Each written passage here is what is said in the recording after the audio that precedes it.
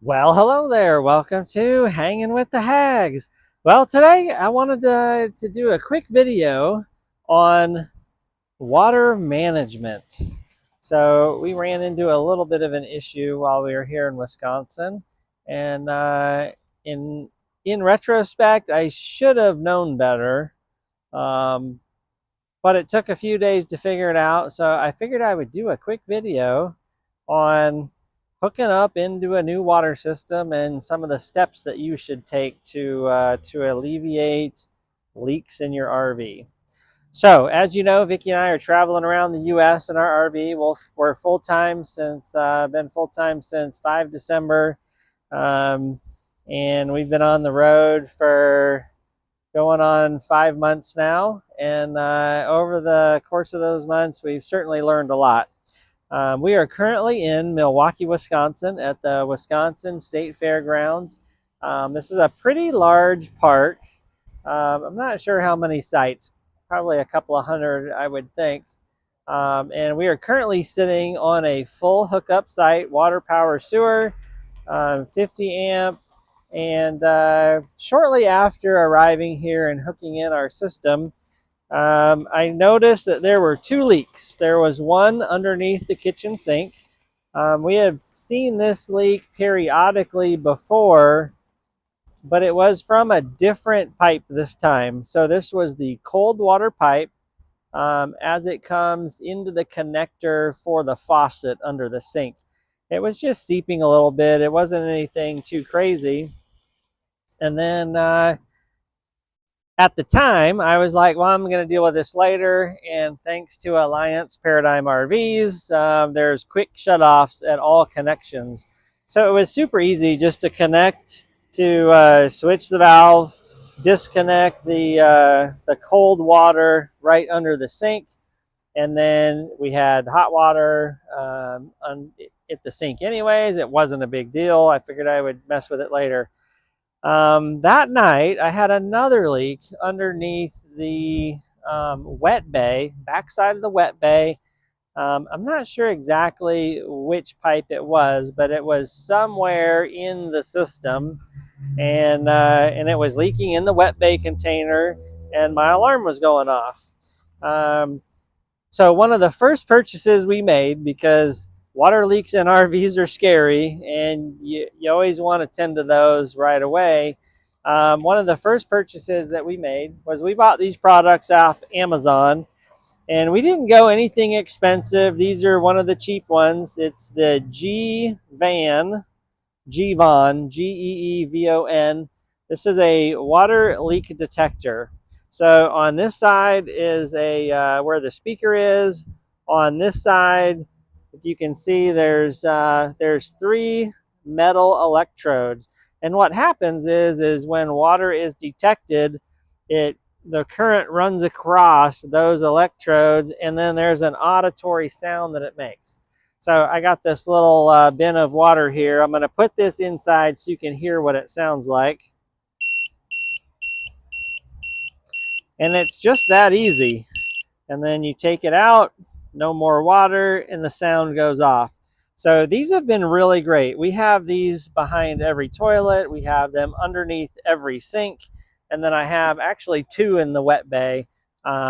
Just the way the wet bay is designed, where the water pump sits in relation to where the back of the water distribution panel is, it's quite a ways away. So I have two in there, one under the water distribution and then one under the water pump itself. And these have been working really good. Now, these are not Bluetooth. These are just an auditory tone. So even in the wet bay, when it goes off, you can hear it inside the RV. Sometimes, like I think a couple of times, it actually woke me up out of my sleep. Now, I am a very light sleeper, I will admit, and this tone does wake you up. But it's been a good purchase. I think there's a one 9-volt battery in these. We haven't, I think one of these we replaced so far, and we've been using these for the last 9 months. But anyways, it's a pretty good product. It's nothing fancy. It's no frills. It doesn't connect to your phone or none of that, but it does give you this auditory sound, and I think I've been really happy with these so far.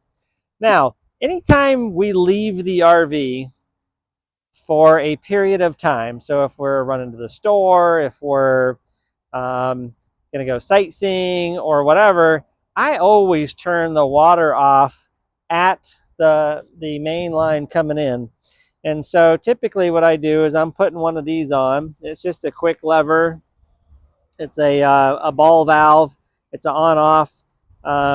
So the water will be on, and then I just turn this ball valve off, so it temporarily will stop the water. And I feel that this is just one more safety mechanism. So even if I had the fancy water detectors that would Bluetooth to my phone saying, hey, you got a water leak at the RV, who knows where you're going to be? So now you got to run back to the RV and figure out what's going on. Where just cutting the water off with an easy ball valve connector before you leave, and then it'll reduce the amount of water that would be available to go through throughout your RV. So this has been something that I've been using ever since day one. It works pretty easy. Turn the water off, and then when you come back, you just turn it back on. Too easy. The other thing that I was not using at this location was this nifty device. So this is a water flow restrictor. And so you can see there's a dial on there. It's at 0 now because it's not hooked up. But this is adjustable using that screw right there. So what this allows you to do is this allows you to adjust the amount of PSI, or pounds per square inch, of water that's running into your RV. Now, I've read mixed reviews on how capable these full-time living RVs are for water and PSI. So originally what I had read is that the water PSI coming in needs to be no more than 45 PSI. And so this was originally set to 45, and I was using this a lot in the beginning. But what I found is that as we went to multiple RV parks, it seemed like the larger the RV park, the less water pressure I was getting. And so over time, I just wasn't using it, honestly. I was just hooking the hose in right to the ball valve and was off and running. So fast forward, now we're here. We've had 2 water leaks, and I was like, I wonder what the PSI is here at this park. And so I have another little gauge here. So this is a PSI meter for water pressure. You hook that in right to the hose outlet, you turn the water on, and this tells you what the PSI is running through the hose. So let's do a quick test here. I'm going to connect this up to the spigot here, and we're going to see what it runs today. So you easily just twist it on. You let the water go. And then the PSI that this gauge is reading right now is 80 PSI. So 80 PSI is a lot of PSI. And for even though this is a state park, I guess it's a state fair park, but that's in an extreme amount of pressure coming into the RV. And when we first got here, we did notice that in the shower, right, that's where you're most going to see pressure loss, is you go in to take a shower and you're like, oh, I wish I had more pressure. And we did comment on, oh wow, we have good water pressure here. But after 2 leaks, I was like, well, why do we have such good water pressure? Well, I figured it out. It's because there's 80 PSI at the spigot. And so I think it was just a little too much for what this full-time RV was capable of. I went on and I tried to find some different reviews on what's the spec'd out PSI, and it appeared that it was somewhere between 55 and 70, depending on the manufacturer and the type of PEX hoses that were in your RV. And so I said, surely we can't be running 80 PSI. So I got my nifty regulator back out. I plugged this in, And then I adjusted this up from 45 up to 55 psi. So I figured that was a good balance, give us a little more pressure than what we're used to, and then certainly regulate the pressure down to where it would have the potential for less leaks inside. So connected this in, and voila, we've had no leaks. I turned the faucet back on, no problem. The wet bay has been dry, no problem. And so, yeah, pretty excited that I figured that out all by myself. So I figured I would share that with you out there. If you're out there RVing, or you're thinking you may want to RV down the road, these are pretty much a must that you got to have. Is this PSI regulator for times like this when you're at a park that has a lot of PSI. You have the pressure meter. You don't necessarily need this if you're going to use this all the time, right? If you're not going to use this all the time, or you don't have this, then you're certainly going to want to use this.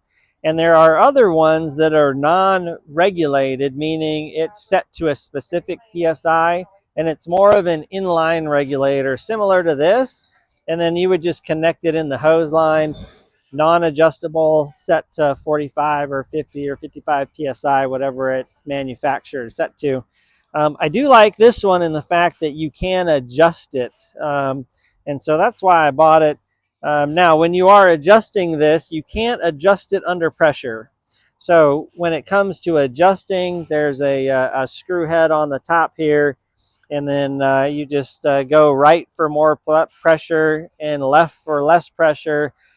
You do it when it's not connected to the hose. You adjust it, and then you connect it up, and then you can see on this gauge what your PSI is that you're running through the regulator. So this has worked out really good. Yeah, so I'm going to go ahead and connect everything back up and get the water running back in here. So right now I have a Y connector on the spigot. It's going to be hard to see from back there, but I do have a Y spigot on first. And the reason why I have the Y on is I have my fresh water coming out of here, but I also have my black water rinse is typically connected on the other side. Or if I want to wash the RV or the truck, then I have another hose that's already connected. I don't have to mess with disconnecting the main water supply for the RV. So I'm going to go ahead and put on the ball valve here.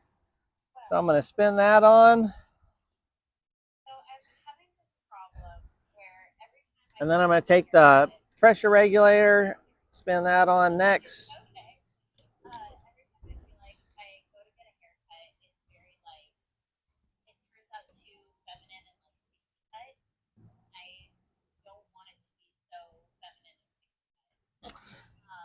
Then I'm going to take the hose. This hose heads back to the RV. We're going to spin that on next.